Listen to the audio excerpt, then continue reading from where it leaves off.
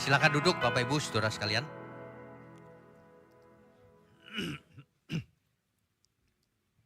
Selamat pagi, Shalom. Pagi ini adalah seminar dengan seri yang baru. Kalau di seminar yang lalu kita sudah menyelesaikan 7 natur kebenaran. Mulai pagi ini, sesi pertama, kita memasukin seri seminar nama Tuhan. Di sesi pertama ini temanya adalah arti sebuah nama. Nanti sesi kedua, nama-nama Allah. Bapak Ibu harus mengerti bahwa sebuah nama itu zaman dahulu dan sekarang bisa berbeda loh, saudara. Ya. Sebuah ungkapan yang sangat terkenal. Apa arti sebuah nama? Kata seorang pujangga terkenal, William Shakespeare. Dalam lakon dramanya itu, Romeo and Juliet kan?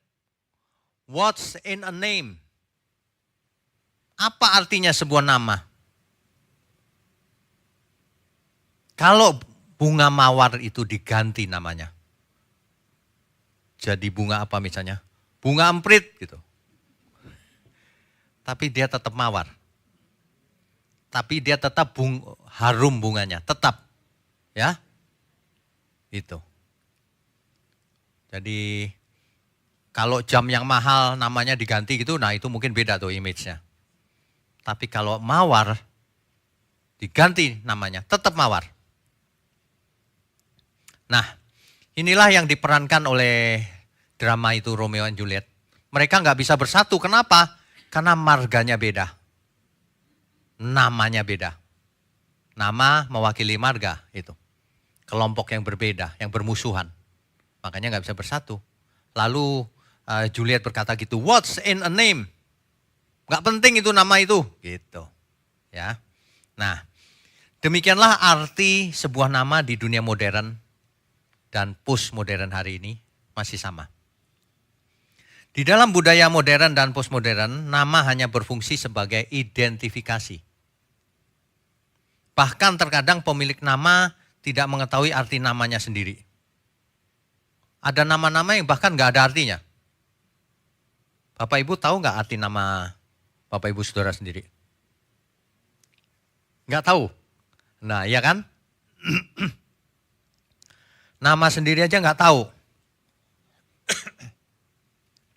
Saya itu penasaran juga loh dengan nama saya itu artinya apa sih sebenarnya.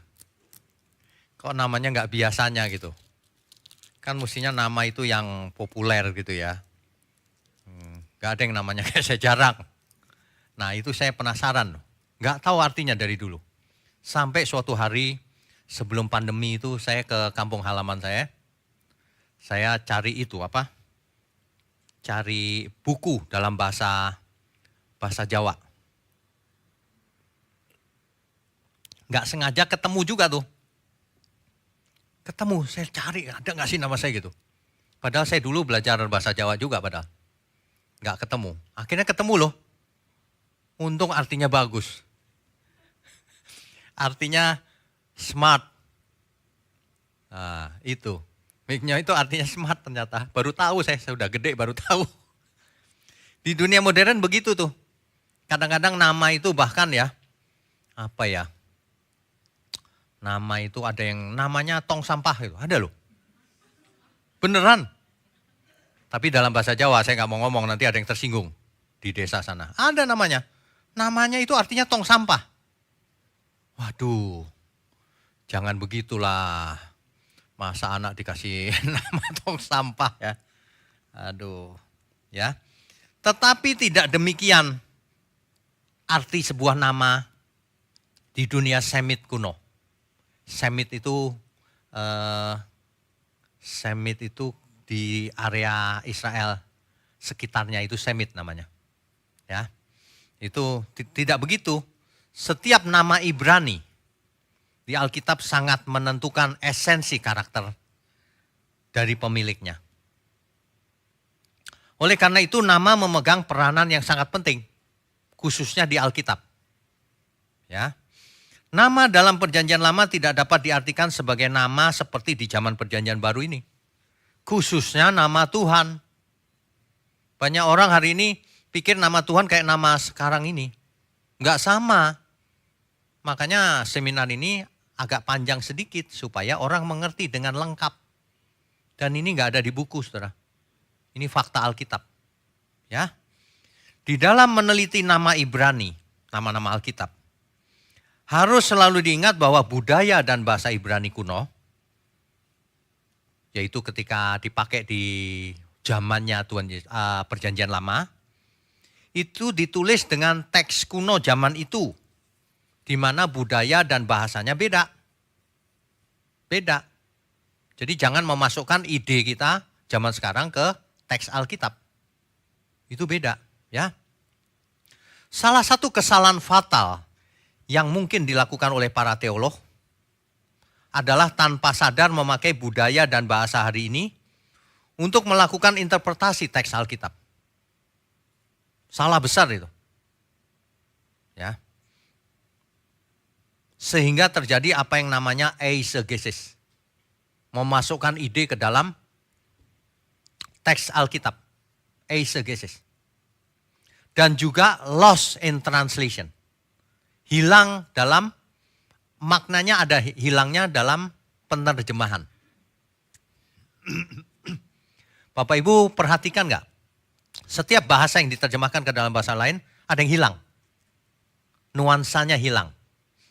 Ya, nuansanya hilang. Pasti. Siapa yang pintar bahasa Mandarin? Coba terjemahin ke bahasa Indonesia. Agak susah. Ada kata-kata tertentu yang sulit. Ya. Bahasa Jawa juga sama. Itu terjemahannya susah. Ada kalimat-kalimat tertentu gitu. Ya. Kalau apa ya misalnya ya, bahasa Jawa misalnya domblong. Apa bahasa Indonesianya? Hah? Ngelamun. Ngelamun tuh gini, Pak. Domblong emang begitu? Bukan kan? Bengong. Bengong tuh gini, Pak. Enggak kena. Linglung. Linglung tuh gini. Domblong tuh gini loh. Gitu. Nah, gitu. Jadi nggak bisa diterjemahkan kan? Nah, begitu juga zaman Ibrani kuno. Ada banyak kata yang kalau diterjemahkan hilang maknanya. Dan itu memang begitu. Ya. Jadi nama di dalam dunia Ibrani kuno lebih sering berbentuk kata kerja. Nama loh kata kerja. Kalau nama kita semua kata benda kan? Ada nggak ya di sini yang namanya lari, tidur, bekerja, berenang? Ada nggak? Nggak ada kan? Nah, tapi nama di Ibrani kuno sebagian besar berbentuk kata kerja. Ya. Nah, yang menjelaskan misi dan fungsi hidup pribadi sang pemilik nama. Nama Ibrani selalu memiliki arti. Cuma sayangnya kalau diterjemahkan artinya jadi hilang. Yeshua diterjemahkan menjadi Yesus, orang jadi nggak ngerti. Yesus itu apa ya? Kalau Yeshua orang mengerti dalam bahasa Ibrani. Yeshua itu artinya Tuhan menyelamatkan. Itu artinya. Nah makanya diterjemahkan jadi sebagian hilang, lost in translation. Contohnya lagi Adam. Adam itu berarti manusia kan? Dalam Kejadian 2 ayat 7 contohnya. Di sana ada kata Adam. Itu Adam maksudnya berasal dari Adamah. Bahasa Ibrani Adamah itu artinya tanah. Jadi kalau pakai bahasa aslinya kita tahu, oh manusia pantas namanya Adam. Sebab diciptakan dari Adamah, tanah. Nah, ada artinya semua. Ya, ini menarik nih. Nah, jadi kalau dalam terjemahannya Adam, nama Adam aja nggak tahu artinya apa. Tapi kalau dalam bahasa Ibrani sudah tahu Adamah itu tanah. Ya, makanya yang namanya studi kata itu penting. Studi kata. kata Ibrani ini artinya apa? Dieksplor menurut bahasa aslinya. Latar belakangnya dan sebagainya. Jadi pengertiannya bisa dalam. Namanya studi kata. Ya. Kalau ada yang tertarik apa itu studi kata, saya bisa ajarin, singkat aja. Apalagi sekarang sudah ada AI. Coba ya nanti ya. Tolong tampilkan studi kata daripada Adam. Tes saja, saya belum ngetes sih. Tes saja. Keluar nanti lengkap ceritanya. Jadi sekarang Bapak Ibu Saudara ini seperti pesulap zaman dulu. Zaman dulu pengetahuan nggak ada di kita kan, sekarang ada di tangan kita loh. Pengetahuan seluruh dunia. Tinggal keluar. Ya. Nah, studi kata lebih gampang. Pakai aja AI. Tolong tampilkan studi katanya dengan interlinear Bible-nya. Wah, perkata itu. Bahasa Indonesianya plus bahasa aslinya. Plus maknanya. Tulis lagi, tolong buat dalam bentuk tabel. Bentuk tabel rapi. Jadi jangan ada di antara kita yang gaptek. Ya, orang AI gratis sekarang ini. Apalagi yang masih muda, awas gaptek ya. Harus bisa. Dicoba aja, cuma 2 menit aja. Gak perlu belajar juga. Ya, jangan males. Contoh lain, nama Ishak, saudara. Di sini ada yang namanya Ishak ya. Contohnya nama Ishak. Ishak itu apa? Kalau dalam terjemahnya kita nggak tahu kan Ishak itu apa. Ya, Ishak itu saudara ya. Dalam teks asli Alkitab itu kata kerja. Kata kerja Yitzhak. Yitzhak. Itu kata kerja. Yang arti harafiah adalah dia tertawa. Kenapa? Kenapa dinamain Yitzhak? Ishak? Karena, tahu ceritanya nggak? Karena Sarah sudah nenek-nenek. Abraham sudah kakek-kakek. Sudah mati haid. Tapi malaikat Tuhan bicara, kamu akan mengandung. Dia ketawa. Ketahuan dong. Namanya, anaknya Yitzhak. Ishak. Dia tertawa. Jadi semua nama di Alkitab itu punya arti. Ya, kalau yang bisa bahasa Ibrani, Yitzhak itu bentuknya kata kerja imperfect kal. Third person, maskulin, singular. Dari akar kata sahak. Tapi ini kan nggak semua bisa Ibrani ya, jadi asal sedikit aja. Tapi nanti kalau kita membahas nama Tuhan, terpaksa harus saya tulis nama Ibraninya, nikutnya, huruf hidupnya, biar saudara tahu persis. Ya, ini tidak bisa dihindari nih. Di dalam Alkitab Perjanjian Lama, tercatat bahwa pekerjaan yang dilakukan oleh manusia pertama adalah apa? Memberi nama kepada seluruh ternak, burung, dan binatang hutan yang berada di Eden. Kejadian 2 ayat 20. Memberi nama. Itu penting loh. Pasti waktu memberi nama itu sesuai dengan karakter yang diberi nama. Nah ini teologi nama itu begitu. Jadi nama harus dibenerin dulu nih sebelum mengerti Alkitab. Apa itu nama? Zaman dulu dan zaman sekarang bedanya apa? Hal ini menunjukkan bahwa yang memberi nama adalah pihak yang memiliki dan menguasai pihak yang diberi nama. Adam disuruh memberi nama seluruh binatang. Artinya Adam berkuasa atas seluruh yang diberi nama. Gitu, saudara. Ya. Jadi kalau orang tua memberi nama sang anak, tentu saja orang tuanya lebih senior. Ya dong? Nah, gitu ya. Nah, dan itu memang maksud Tuhan kan, supaya Adam dan Hawa menguasai seluruh isi bumi. Makanya memberi nama. Nama di dalam perjanjian lama, nama dalam perjanjian lama,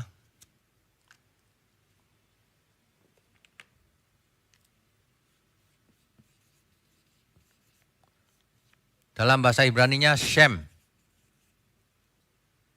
Shem. Ya. Shem.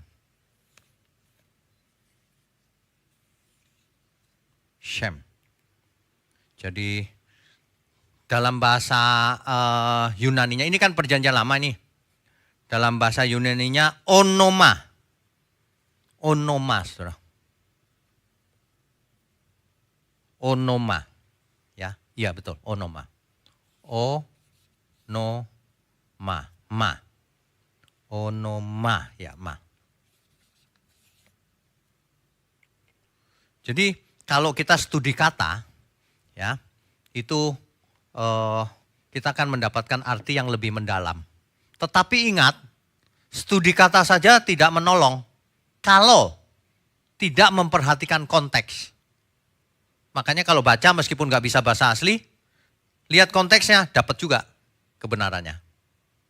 Tapi kalau kita bongkar studi katanya dalam bahasa asli, kita dapat juga insight atau pengertian yang tersembunyi di balik itu. Membantu juga ya. Onoma. Kata Shem ini muncul 864 kali di perjanjian lama. 864 kali. Semalam saya hitung sampai nggak tidur. Enggak, ini komputer. Kalau komputer kan langsung aja kelihatan berapa jumlahnya ya. Oke, dan di zaman perjanjian lama yang paling awal sudah terindikasi bahwa nama itu mengandung isi tanda kutip yang sangat penting. Bukan hanya sebutan, bukan hanya panggilan, bukan hanya huruf, bukan hanya pronunciation-nya, bukan hanya lafalnya saja, tapi ada sesuatu di balik nama itu. Ya, itu zaman perjanjian lama. Hal ini mengindikasikan bahwa betapa pentingnya nama itu. Ya, oke. Nah, di Alkitab, karakter seseorang terekspresikan menurut namanya. Kok bisa begitu? Nah, itu dia. Ingat ya, penulis Alkitab itu tidak bisa kolusi loh. Merekayasa supaya pas gitu, gak bisa. Karena ditulis sepanjang berapa? Rentang waktu 1.500 tahun. Satu sama lain gak kenal loh. Jadi gak mungkin rekayasa. Bayangin nama-namanya bisa pas dengan karakter si pemilik nama. Ada banyak keajaiban di Alkitab. Suatu hari kita akan bikin seri seminar setelah ini. Ineransi Alkitab. Alkitab tidak bisa salah. Yang lain bisa salah. Nanti kita buktikan dengan 7 natur kebenaran. Ya, jangan dilupakan 7 natur. Oke. Nah, misalnya nih, Yakub artinya apa? Penipu. Ya. Jadi dengan mengetahui nama seseorang, kita tahu pribadinya seperti apa. Tapi ini hanya di Alkitab loh ya. Nanti sampingnya namamu itu ya. Ini saran ya para orang tua kalau ngasih nama anaknya yang bagus-bagus. Ya, jadi nama mewakili pribadi si pemilik nama itu. Ya. Jadi nama adalah pribadi pemilik nama itu sendiri. Mengenal namanya sama dengan mengenal pribadinya. Coba kita baca Mazmur 9 ayat 10. Mazmur pasal 9 ayat 10.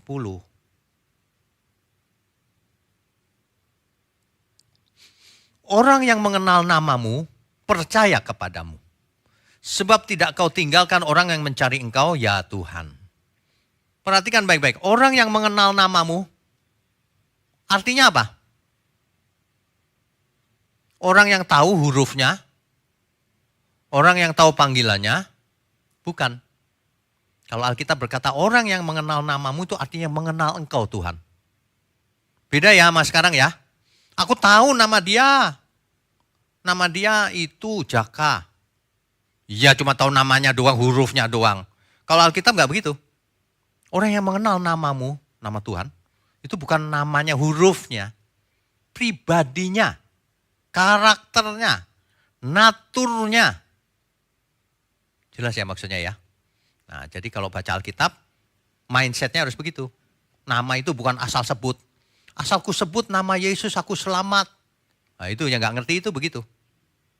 Cuma sebutan aja udah dianggap selamat. Asal ku sebut Yahweh aku selamat. Salah kau.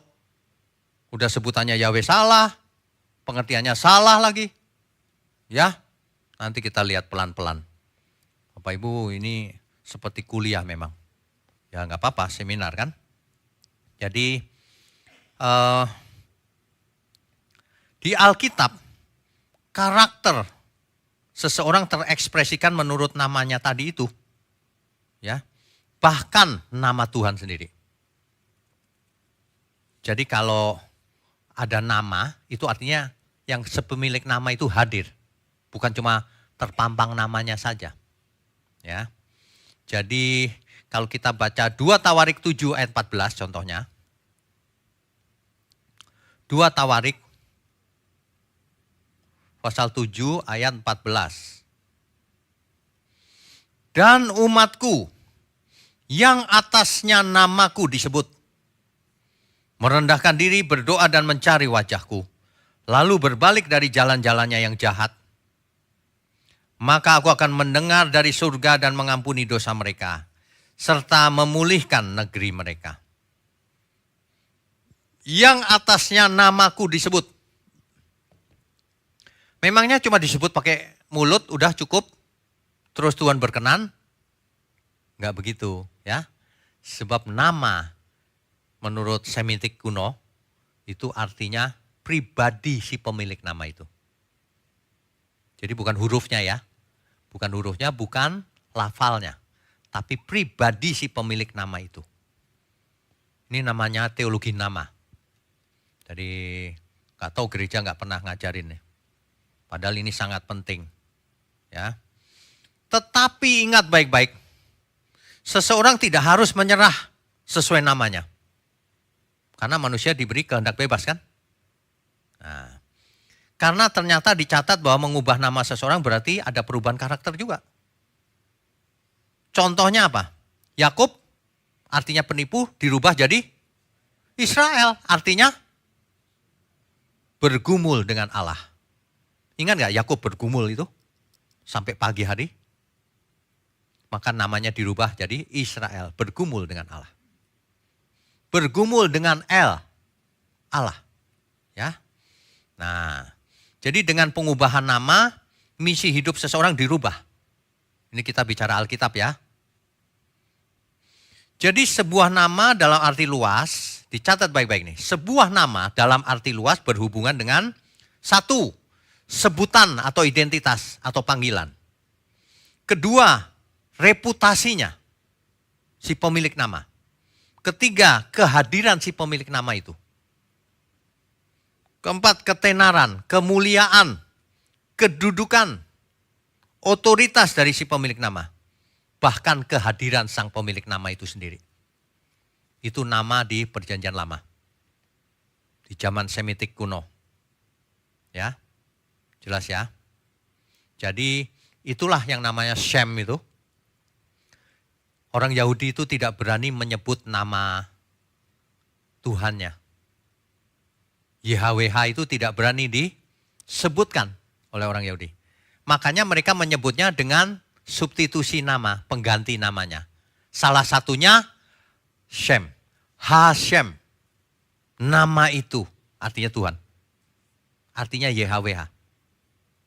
Jadi kalau Bapak Ibu mendengar Hashem, nama itu artinya menunjuk kepada YHWH. Ya. Panggilan yang lain, Adonai, itu menunjuk kepada YHWH. Karena tidak berani menyebut nama itu. Ya. Nah, sampai di situ pelan-pelan nih, supaya Bapak Ibu nggak ketinggalan ya. Ini sebenarnya cukup berat nih. Tapi saya sampaikan pelan-pelan. Demikian juga di Perjanjian Baru.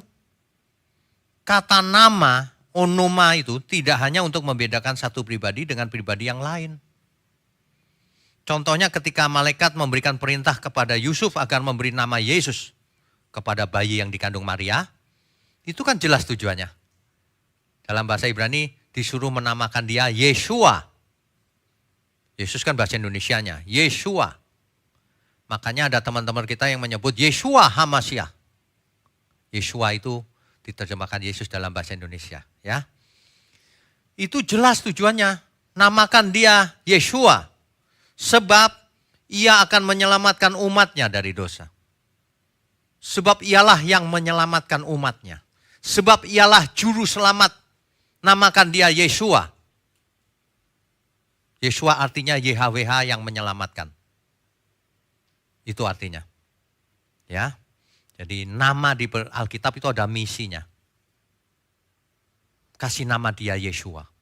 Padahal Yeshua itu nama umum, sebelumnya sudah banyak. Dulu ada yang namanya Yosua. Sama. Yosua itu ya Yeshua. Yehosua. Sama itu. Jadi banyak orang salah mengerti selama ini. Dipikir namanya Yesus, sebelumnya belum ada yang namanya itu. Itu nama biasa. Itu nama umum. Kalau di Jawa itu namanya siapa? Dalam rangka ini? Selamat. Selamat banyak. Yeshua juga banyak. Yosua dan semua itu banyak. Jadi orang salah mengerti selama ini. Nama Tuhan Yesus itu berkuasa hurufnya, bukan hurufnya. Nama Alkitab itu pribadinya.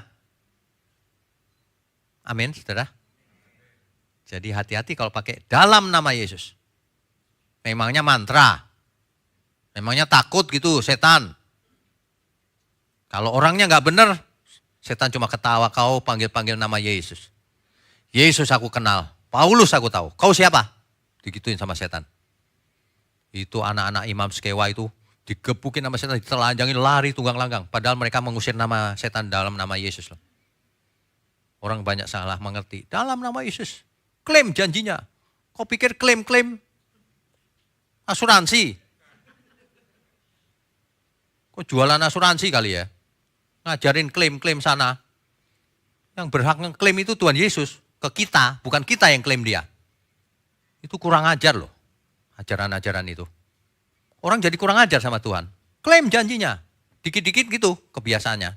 Pengen tas mewah, klaim saja janjinya. Apa urusannya tas mewah sama klaim janjinya? Orang kalau nggak diajarin benar dia jadi bodoh lama-lama. Nggak boleh loh saudara. Alkitab kita itu kebenaran. Jangan dirubah-rubah. Aduh. Ya. Jadi contoh lain. Ketika Yesus mengubah nama Simon anak Yohanes menjadi Kefas. Yang artinya Petrus. Dalam bahasa Yunani Petros. Artinya apa? Batu. Petros. Makanya di atas batu karang ini akan kudirikan jemaatku, kata Tuhan Yesus. Batu. Berarti Yesus meletakkan misi baru dalam hidup Petrus. Tujuan hidup Petrus berubah. Dan kita tahu akhirnya Petrus menjadi kepala gereja di Yerusalem. Akhirnya mati disalib, terbalik. Namanya Petros. Ya.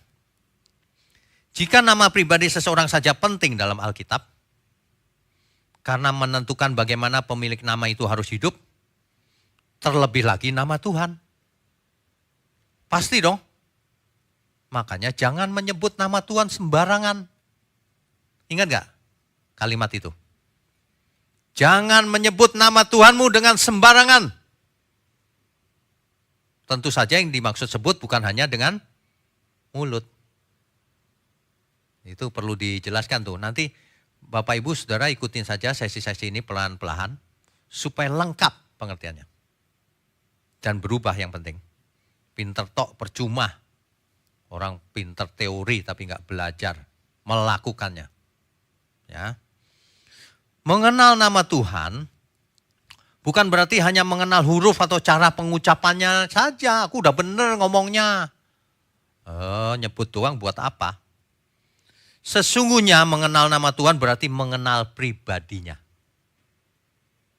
Berarti mengenal hakikatnya. Berarti mengenal kehendaknya. Berarti mengenal misinya. Tujuannya. karakternya, hukum-hukumnya, dan semua yang Tuhan nyatakan. Terutama kehendaknya. Itu maksudnya. Ya. Jadi demikian juga memuliakan nama Tuhan bukan berarti teriak-teriak Tuhan hebat. Bukan. Bukan hanya itu. Tetapi harus hidup sebagaimana dikehendaki oleh Tuhan. Itulah memuliakan Tuhan. Ya. Salah satu kesalahan yang selama ini masih terjadi adalah persepsi bahwa nama itu diartikan cuma sebagai gugusan huruf yang bisa dilafalkan. Bukan itu apa artinya? Cuma panggilan biasa itu. Di dalam arti Semitik di Alkitab, itu mewakili karakter sang pemilik nama, bahkan kehadirannya sendiri. Kesalahpahaman ini terjadi dalam praktek doa sampai hari ini. Orang berpikir bahwa kalau berdoa dalam nama Yesus, maka pasti dikabulkan. Gitu kan pikiran semua orang? Yohanes 14 ayat 13. Yohanes pasal 14 ayat 13. Dan apa juga yang kamu minta dalam namaku, aku akan melakukannya supaya Bapa dipermuliakan di dalam anak. Pakai ayat itu makanya berdoanya dalam nama Yesus pasti dikabulkan. Jelas itu salah. Tidak semua orang bisa pakai nama dalam nama Yesus lalu dikabulkan. Ya. Jadi jika seseorang tidak mengerti, ya mereka pikir nama Yesus bisa dipakai sembarangan. Bisa dipakai sebagai mantra seolah-olah. Kan gitu. Padahal nama dalam arti Semitik diartikan sebagai pribadi atau karakter. Ya. Bukan hanya susunan huruf. Bukan hanya lafal saja. Jadi kalau kita berdoa dalam nama Yesus, dalam nama Tuhan Yesus, artinya apa? Bukan hurufnya, artinya aku berdoa kepada Tuhan Yesus. Kepada Tuhan Yesus, kepada pribadinya. Bukan hurufnya YESUS, bukan. Pribadi Tuhan.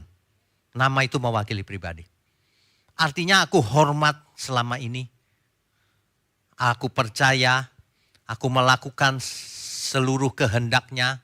Aku mengerti kehendaknya.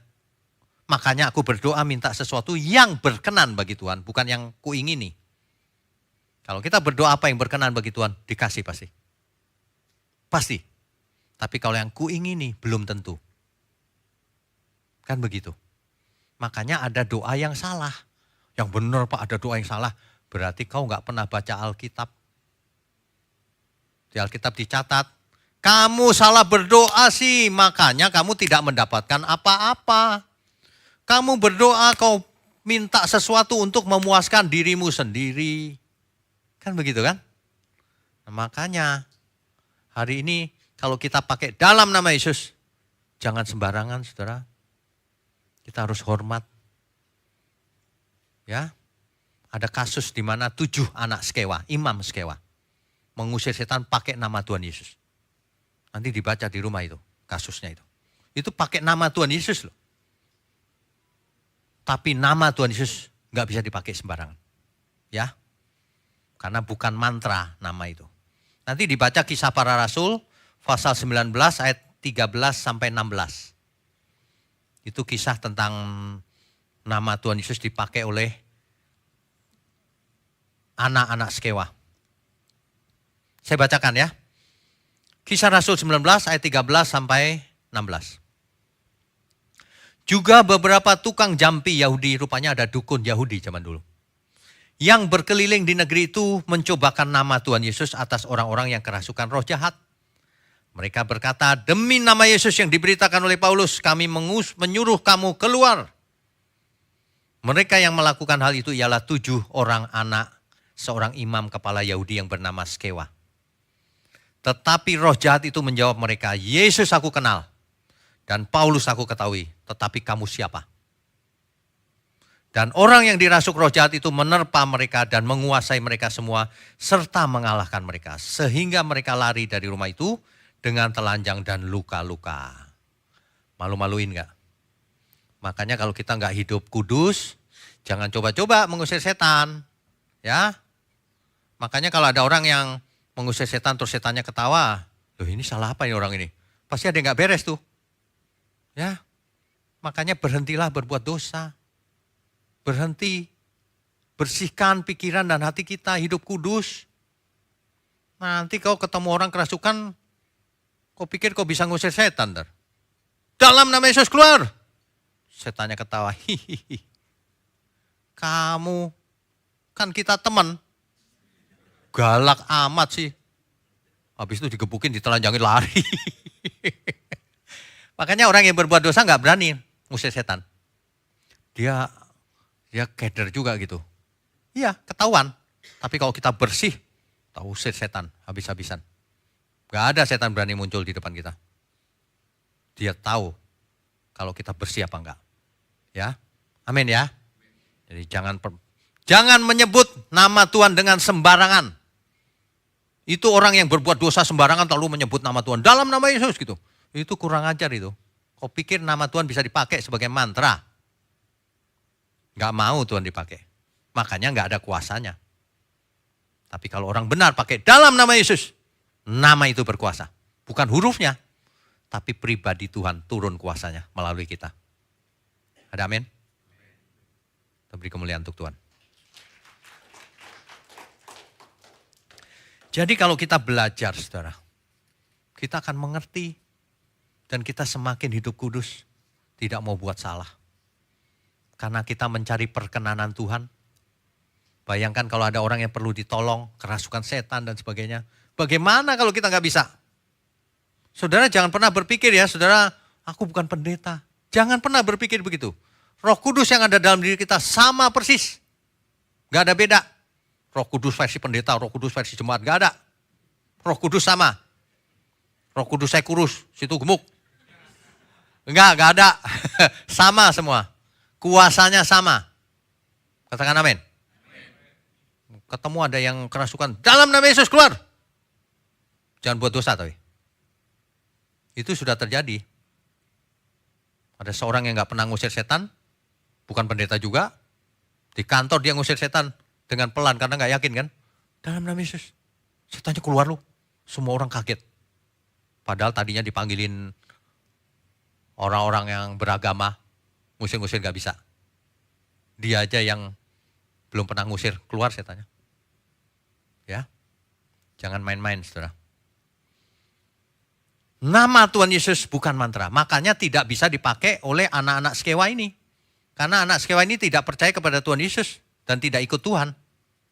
Mereka cuma mau menggunakan bunyinya Yesus itu loh untuk mengusir setan. Ya.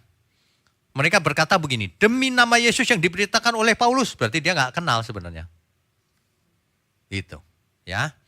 Artinya mereka hanya meminjam nama Yesus, bukan memiliki iman kepadanya. Makanya tidak bisa dipakai namanya. Kuasa nama Yesus hanya efektif jika seseorang benar-benar hidup di dalam Kristus, di dalam Tuhan Yesus. Coba kita baca Yohanes 15 ayat 7. Jikalau kamu tinggal di dalam aku, dan firmanku tinggal di dalam kamu, mintalah apa saja yang kamu kehendaki, dan kamu akan menerimanya. Pasti. Aku minta tas mewah Pak. Nah kalau itu lain lagi.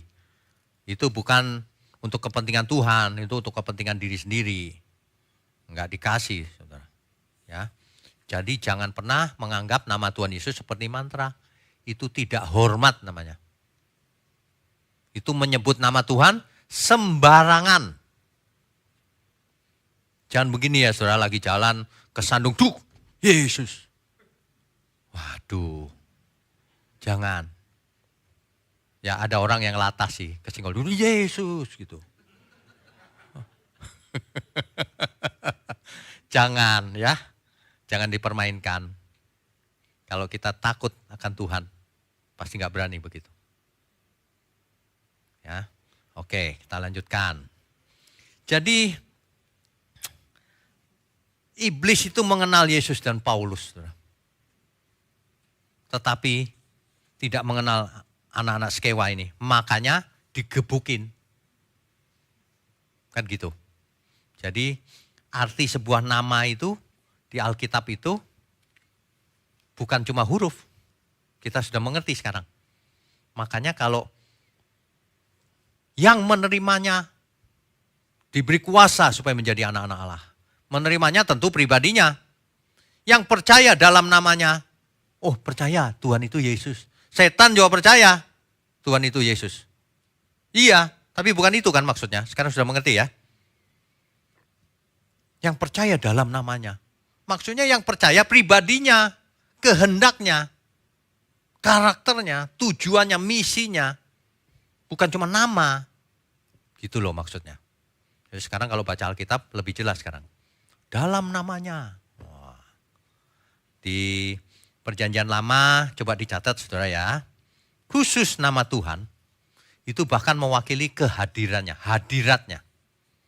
Contohnya 2 Tawarik 7 ayat 16.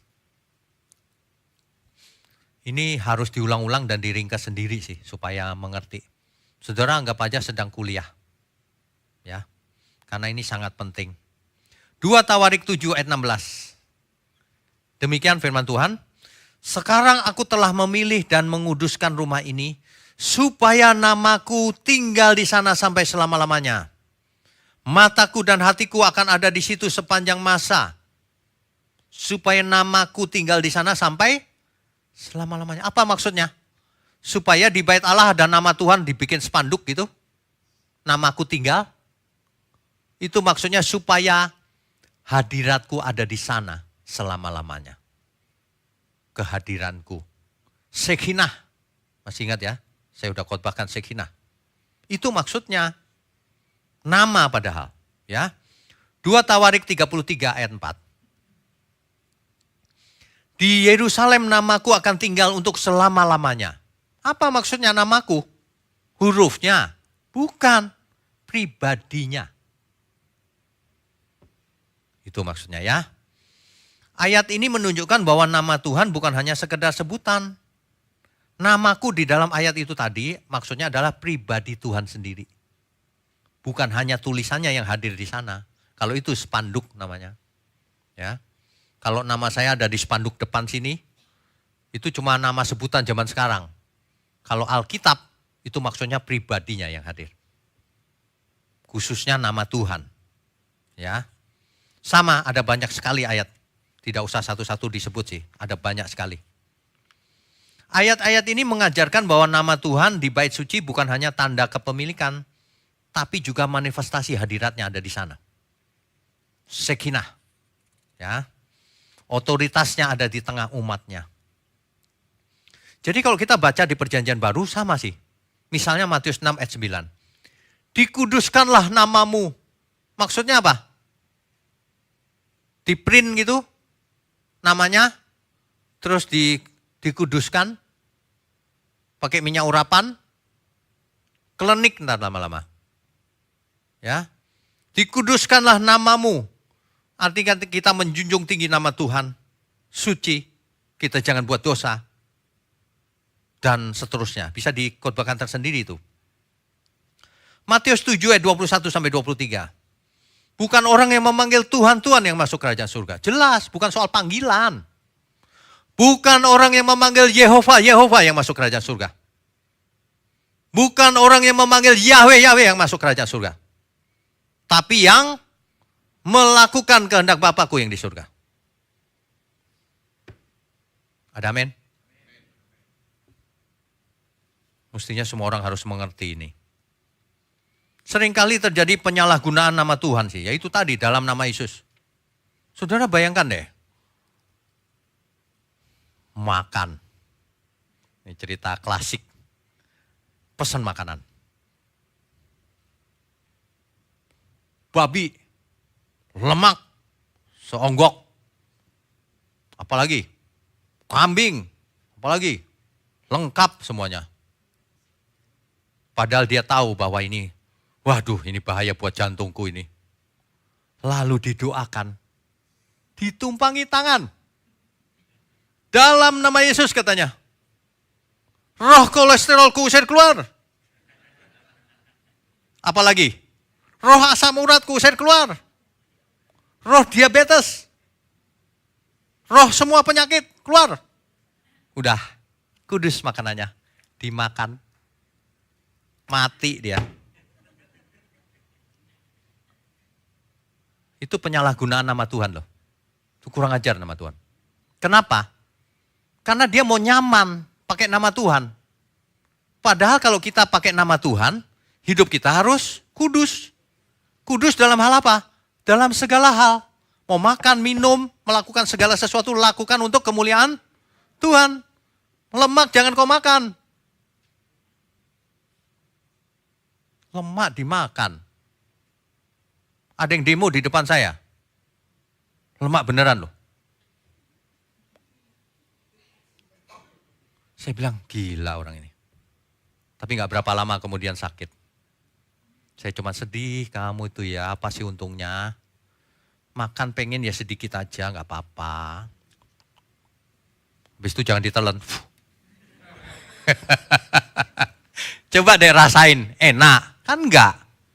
Yang enak kan bumbunya, bukan lemaknya. Hari ini dikurangi ya lemaknya ya. Jangan dimakan. Tubuh kita bait Allah. Kita usahakan bagian kita. Setelah itu terserah Tuhan. Hiduplah kudus dalam segala hal. Makan, minum, bicara, keuangan, kesehatan dan seterusnya. Hidup kudus semuanya. Untuk kemuliaan Tuhan. Gak enak pun dimakan. Pagi hari saya sarapan. Pare lagi. Yang masak gak bisa masak lagi. Pahit gitu kan. Saya makan aja nyaman nih, pahit nih, biarin. Sebab hidup jauh lebih pahit. Iya loh, saya makan apa aja kok enak ya, pahit enak Tuhan. Iya, jangan rewel jadi orang. Ya, kadang-kadang istri saya gini. Ini saya panasin ya sotonya. Gak usah. Ngapain dipanas-panasin, repot. Sini, sama aja mau panas, mau dingin, mau apa. Sama aja. Itu loh, jangan rewel. Ya, tapi kalau bisanya manasin ya panasin gak apa-apa. Itu gak terlalu penting. Itu hal-hal fana. Tapi jangan rewel gara-gara itu. Oh, ya, gitu loh maksudnya. Jadi kita tidak boleh menyalahgunakan nama Tuhan sembarangan itu. Bukan soal sebutannya. Nama Yesus, oh salah itu, yang benar Yesua. Ya, capek deh, kau mempermasalahkan lafalnya doang. Nama itu bukan lafalnya doang. Ya, kalau kita menyebut nama Tuhan Yesus, artinya kita harus siap ikut Dia yang benar. Kemanapun kita pergi, kita membawa sekinah Tuhan. Kehadiran Tuhan dalam diri kita. Kita membawa nama Tuhan. Kristen. Pengikut Kristus, tubuhmu bait Allah, ada roh Allah dalam diri kita. Kemana kita pergi, tanya aja diri sendiri, kita hormat gak sama roh Allah, sama Tuhan sendiri. Kita membawa nama Tuhan loh kemanapun. Artinya kita bukan bawa nama hurufnya gitu, bukan. Artinya pribadinya bersama kita. Melalui Roh Kudus. Amin ya. Kalau hurufnya saja kita bisa tulis di kertas. YHWH dalam Ibrani, terus digulung-gulung taruh dompet biar selamat aku. Kan masih banyak orang yang begitu. Model perdukunan begitu itu. Ya kan? Gak ada. Gak bisa huruf dipakai. Jadi nama bukan soal tulisan, bukan soal huruf, bukan soal pronunciation, lafal. Tapi nama mewakili sang pemilik nama itu sendiri. Pribadi agung, sang pemilik nama. Jadi kalau kita, ya Tuhan, dalam nama Yesus. Artinya kita benar-benar di dalam Tuhan Yesus. Amin semua? Amin, beri kemuliaan untuk Tuhan. Bapak Ibu Saudara sekalian, nanti sesi kedua lanjutan dari ini yaitu tentang nama-nama Allah. Ikuti terus seri seminar nama Tuhan yang pastinya akan membukakan pengertian dan mengubah setiap kita. Amin ya. Baik, saya undang semua untuk bangkit berdiri.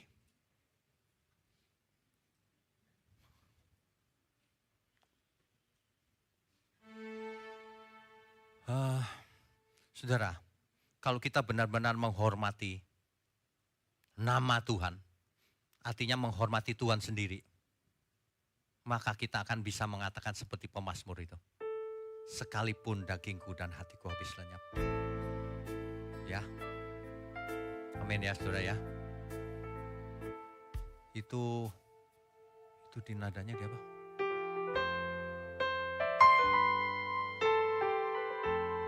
Ya. Habis lenyap, Engkau tetap gunung batu selamatku. Selamanya, sekalipun dagingku. Sekalipun dagingku dan hatiku Habis lenyap, Engkau tetap gunung batu selamatku. Selamanya.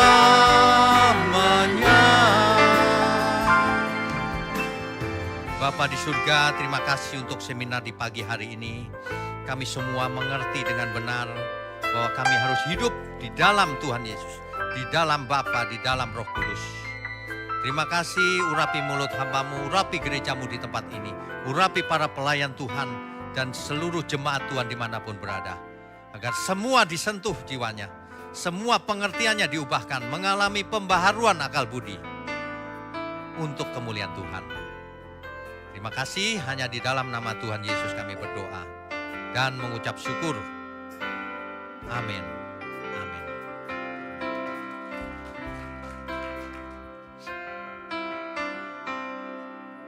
Baik Bapak Ibu, kita akan break selama 15 menit. Saudara sekalian, bicara soal kebenaran, setiap orang merasa benar. Makanya semua kecap dinomor satukan. Ada orang yang mengatakan saya paling benar, ini paling benar, itu paling benar. Mana sebenarnya yang paling benar? Oleh sebab itu, hadiri seminar 7 natur kebenaran dan aplikasinya. Seminar ini wajib dihadiri oleh para teolog, apologet, pengkhotbah, bahkan oleh para jemaat sendiri. Agar kita bisa membedakan manakah yang benar, manakah yang salah. Inilah alat uji kebenaran yang sangat objektif dan alkitabiah.